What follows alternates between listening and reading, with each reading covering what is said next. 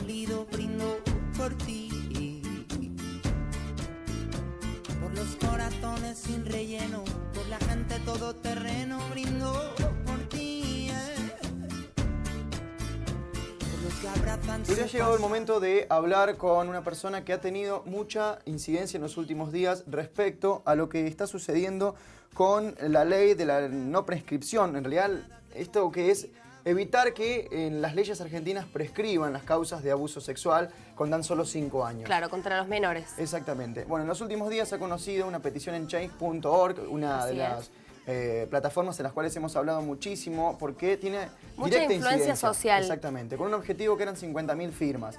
Por suerte, para Sebastián Cuatromo, quien es la persona con la que vamos a hablar en instantes, ya ha superado ampliamente ese número. Estamos alrededor ya, o rondando en el día de hoy, ayer, más de 63.000 firmas. Exacto. En el día de hoy ya se han sumado muchos adeptos más para justamente evitar esto, que prescriban con tan poco tiempo y también en función de los tiempos que tiene la justicia argentina, que claro, son y los bastante lentos. Y los tiempos que tienen las víctimas de Del violencia abuso. sexual. Exacto. Y además siendo tan jóvenes, ¿no? Porque estamos hablando de menores. ¿Qué te parece más si le damos la bienvenida? Le agradecemos por su tiempo, por esta oportunidad de charlar con nosotros. Sebastián Cuatromo, muchas gracias. ¿Cómo estás?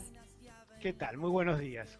Bueno, Sebastián, contanos cómo se origina esta petición que haces en la plataforma change.org.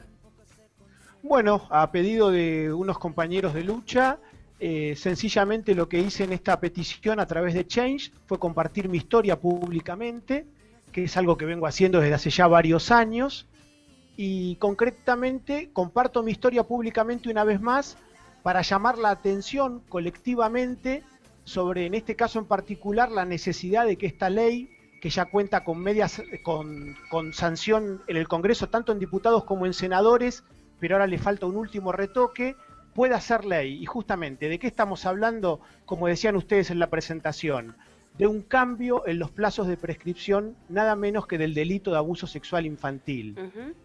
Que como bien decías vos, en mi caso, que lo he sufrido a los 13 años de edad, y más de 20 años después logré llevar a juicio y a condena a quien fuera mi abusador, y esto fue en el año 2012, que es cuando hice pública por primera vez mi historia de dolor y de lucha. Justamente mi historia individual da cuenta, como decías vos al principio, de lo extraordinariamente complejo que es para las víctimas de los delitos contra la integridad sexual y de abuso sexual infantil en particular, poder poner en palabras lo que uno ha sufrido, poder compartirlo con los demás y eventualmente poder llevarlo como denuncia a la justicia. Lo bueno de esta modificación legal que se ha estado tratando en el Congreso Nacional es que justamente da cuenta de la complejidad que tiene para toda persona, y estamos hablando nada menos que de niñas, niños y adolescentes, el sufrir una injusticia de este tipo. Sebastián, sin ánimos del golpe bajo, pero bueno, vos lo has hecho público. Precisamente, ¿cómo fue tu caso, donde también involucró a algunos compañeros en tu etapa en el ciclo lectivo?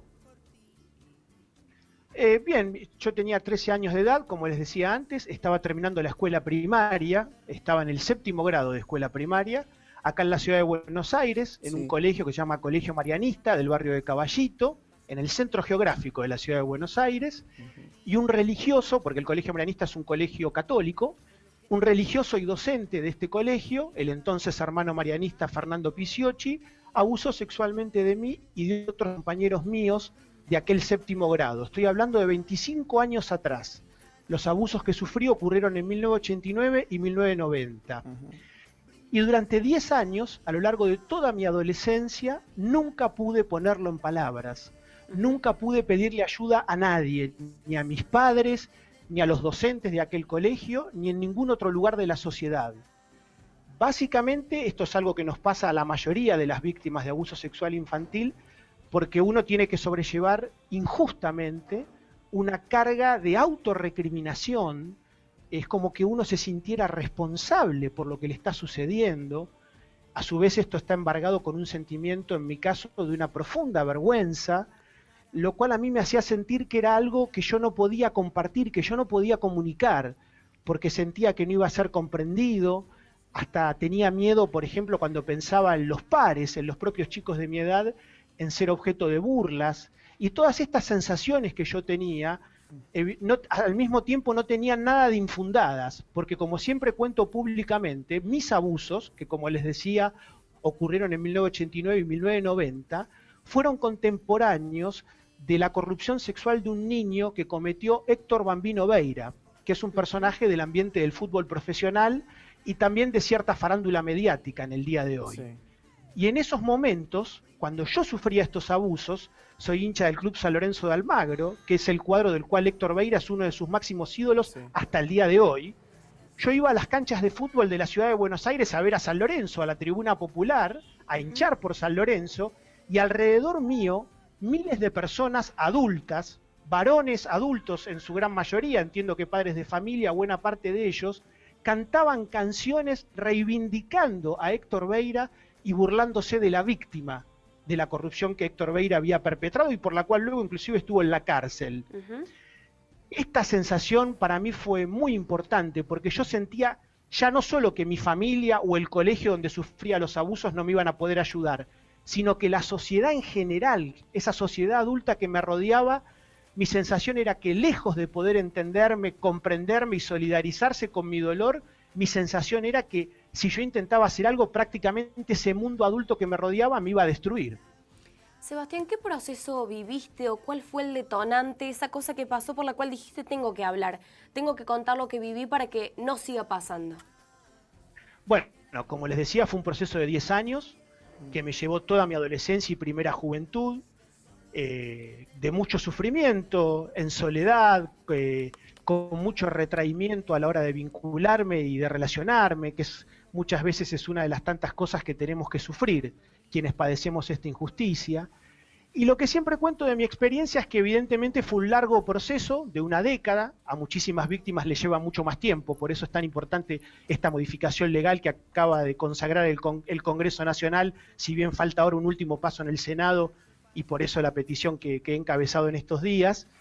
10 años después, en mi caso, como fue un abuso extrafamiliar, que fue en un colegio con aquel docente irreligioso, cuando ya tenía unos años de distanciamiento de ese pequeño mundillo, de ese contexto institucional donde habían ocurrido los abusos, y mi vida ya venía transcurriendo por otros ámbitos laborales, de estudios, sociales, digo, yo creo que ese proceso de 10 años a mí me ayudó a tomar una distancia objetiva y muy clara del lugar, del ambiente donde había sufrido estos abusos, lo cual creo yo que me permitió, 10 años después y ya siendo mayor de edad, poder llegar al momento de ponerle palabras a lo que me había pasado, y que en ese momento, 10 años después, también coincidió con mi decisión de presentar una denuncia, que luego la tuve que pelear durante 12 años más, hasta que finalmente en el 2012, y más de 20 años después de haber sufrido los abusos, en la ciudad de Buenos Aires, en el ámbito de la justicia nacional, tuvo lugar un notable juicio oral y público donde quien fuera mi abusador fue juzgado y condenado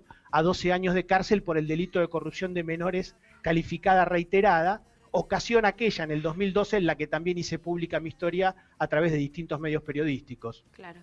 Sebastián, el abuso ocurrió en tus últimos años de primaria. ¿Vos seguiste concurriendo al colegio donde ibas, al colegio marianista? ¿Tuviste que seguir enfrentándote cara a cara todos los días con tu abusador? Sí, durante un tiempo. Yo en ese colegio completé mis estudios secundarios. Y esto que contaba también de mi experiencia, que lo cuento siempre públicamente porque junto con mi compañera Silvia Piceda nosotros encabezamos un colectivo en la ciudad de Buenos Aires que se llama Adultos por los Derechos de la Infancia, y lo que hacemos es recorrer distintos lugares del país compartiendo justamente el testimonio de nuestras experiencias en ámbitos sociales de lo más variados, escuelas, hospitales, iglesias, centros comunitarios. En Córdoba hemos estado ya varias veces en la ciudad de Córdoba, hace poco en Villa María, nos encantaría poder visitar Río Cuarto, donde también tenemos gente que se ha contactado con nosotros. Y lo que quiero decirte con esto del testimonio de mi experiencia, yo recién te contaba que mi abuso fue extrafamiliar y vos me preguntabas qué difícil que es seguir relacionándote, tener que seguir viendo a tu propio agresor. Claro. Pensemos que el abuso sexual infantil, donde más sucede es dentro de las familias, y dentro de las familias de todas las clases sociales. Es una injusticia y un delito realmente transversal a toda la sociedad. De ahí también pensemos la enorme complejidad que tiene esta injusticia, cuando las víctimas, la mayoría de las veces, son abusadas por sus propios familiares, por los familiares más directos. O sea, pensemos un momento cuánto le puede costar a esa niña, niño o adolescente poder sobrellevar una injusticia de este calibre, y quizás cuánto tiempo le puede llegar poder ponerlo en palabras y poder tomar un distanciamiento, que en mi caso creo que fue bastante más posible por el hecho de haber sufrido abuso fuera de mi ámbito familiar, si bien fue en un ámbito educativo donde pasaba la mayor parte de mi tiempo, pero reitero esto, pensemos que donde más sucede es en las familias de todas las clases sociales. Es decir, estamos hablando de algo que tiene una extraordinaria complejidad y una extraordinaria gravedad. Sebastián, en Adultos por los Derechos de la Infancia, ¿cuántas personas forman el grupo, integran? ¿Cómo está estructurado? Públicamente somos 2 personas quienes la llevamos adelante, Silvia Piceda y yo. A Silvia la conocí en este camino de lucha, cuando hice pública mi historia hace ya más de 3 años, y con ella es con quien recorremos el país, brindando y compartiendo nuestros testimonios, haciendo notas con medios de comunicación de todos lados. Ahora, al mismo tiempo, dentro de nuestro colectivo, y sin ese rol público, en estos más de 3 años han pasado y pasan decenas de personas. Nosotros todos los sábados del año en la ciudad de Buenos Aires, en un centro cultural, tenemos un espacio que llamamos de espacio de encuentro de pares, donde toda persona que ha sufrido abuso o toda persona adulta que esté luchando en el presente por defender a un niño víctima de abuso puede venir a compartir su experiencia. Y esto que puede parecer tan sencillo y que nosotros venimos sosteniendo de manera consecutiva desde hace ya más de 3 años, es increíble el efecto extraordinariamente positivo que tiene para personas que quizás muchísimas décadas después de haber sufrido este abuso, por primera vez pueden ponerlo en palabras y compartirlo con los demás.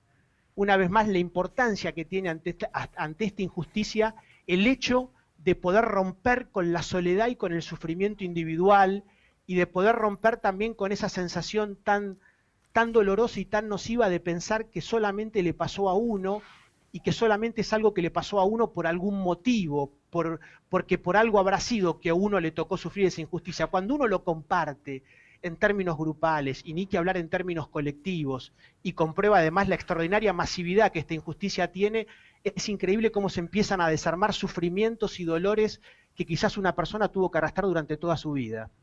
Sebastián, por otro lado, hace un tiempo se dio un fallo que nosotros desde nuestro lugar también hemos repudiado, porque fue cuando el abusador se lo condenaba, pero se le reducía la pena por el hecho de que se sostenía que el niño abusado de 6 años era homosexual. ¿Cómo cayó en vos, en el grupo que trabaja con vos, en la gente que está luchando por esto, esta decisión, y que incluso después, bueno, tuvo el apartamiento de los jueces y demás que aprobaron el fallo?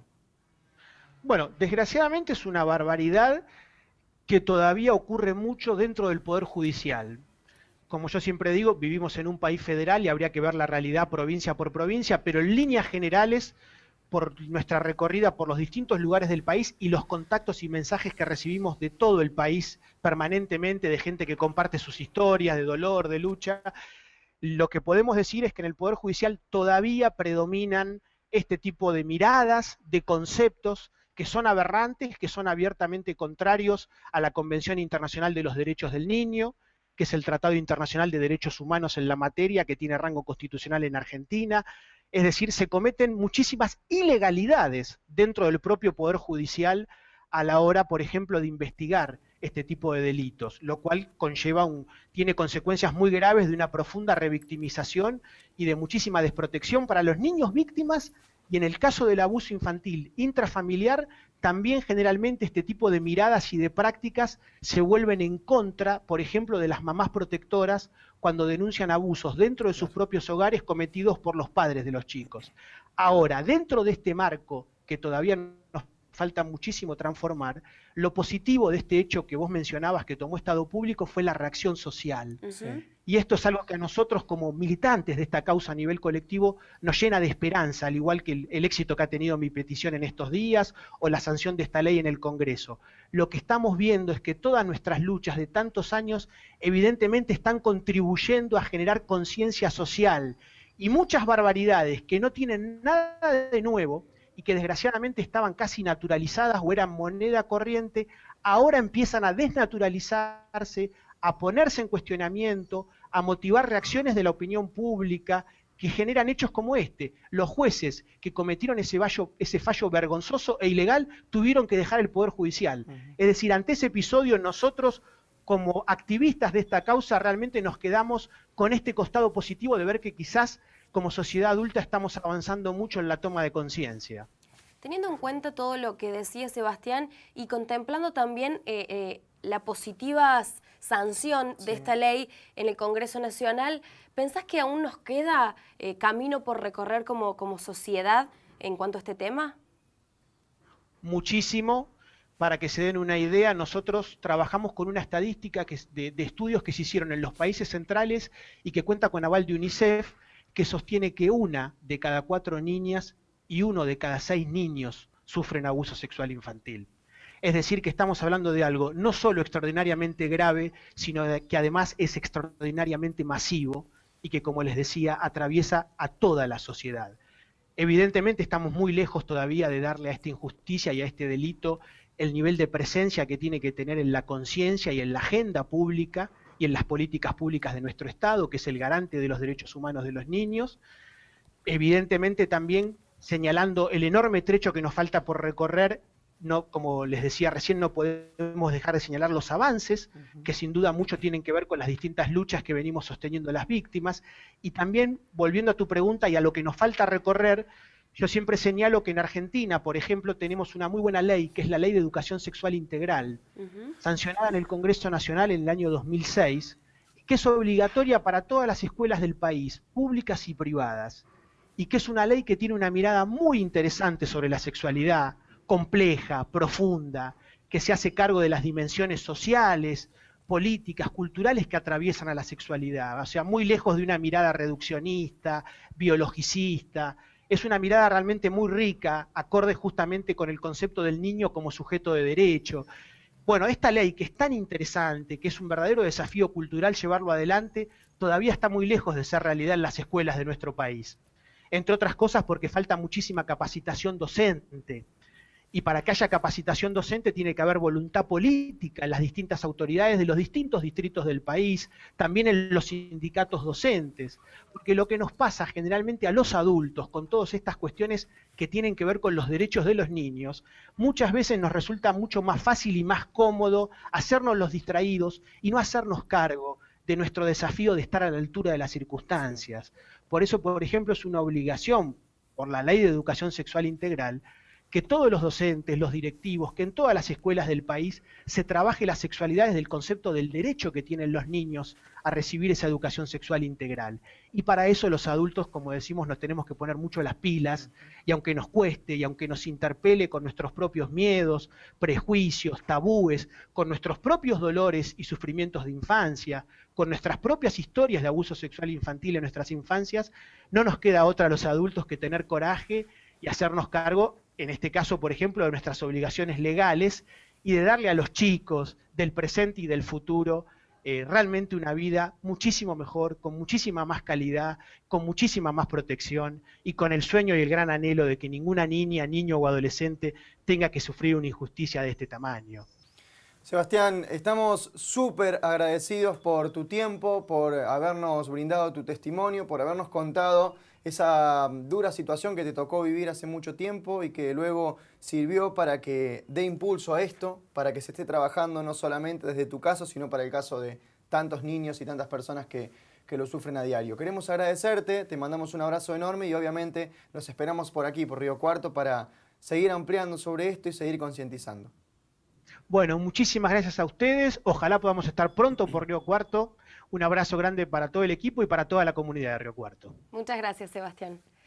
Bueno, y además tenemos que agradecerle a la gente de la plataforma Change.org que nos facilitó el contacto con Sebastián. Siempre estamos en contacto con la gente de prensa y de comunicación de la plataforma. Queremos agradecerle y también felicitarlos por el trabajo porque es un lugar donde se gestan o donde nacen cosas que después cambian nuestra sociedad como lo es esta, ¿no? Han tenido lugar muchas cuestiones que eran el inicio de y que hoy ya son una realidad positiva Totalmente para la sociedad. Y creo que con lo que decía Sebastián, no hay nada mejor para entender un poco de lo vivido, de esa situación un poco fortuita, empatizando un poco. No solamente escucharlo, sino escuchando y empatizando. De esa manera creo que vamos a ir construyendo algo mejor en ese camino que justamente vos planteabas también, Luli, de ir mejorando y remediando todas estas cosas que hoy lastiman a nuestra sociedad argentina. Así es, así es. Vamos a la pausa, Emma. Una nueva pausa en la mañana de No Te Lo Pierdas. Quédate ahí.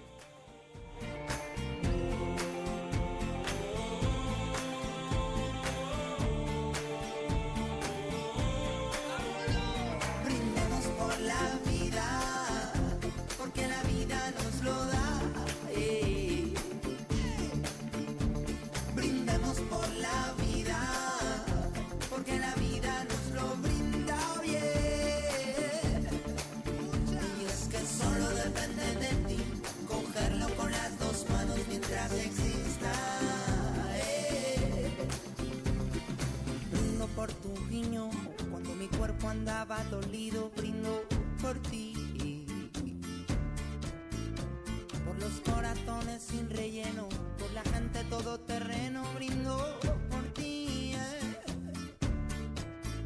Por los que abrazan su pasado, pasaporte para su paso, brindo por ti.